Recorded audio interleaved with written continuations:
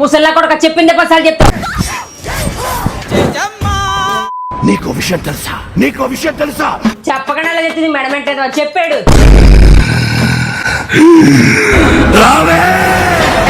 నీ దగ్గరకు వచ్చేటట్టు నువ్వే నా దగ్గర రా.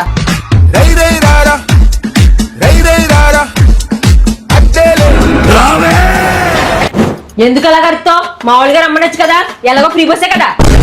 చచ్చి 3 రోజులు జరిగింది. అనుకున్నాను ఎదవ కుళ్ళోసం వచ్చేస్తుంది ఇందాక నుంచి. ఎంత పడినప్పుడు నవ్వకే ఎలపురం వచ్చేస్తుంది.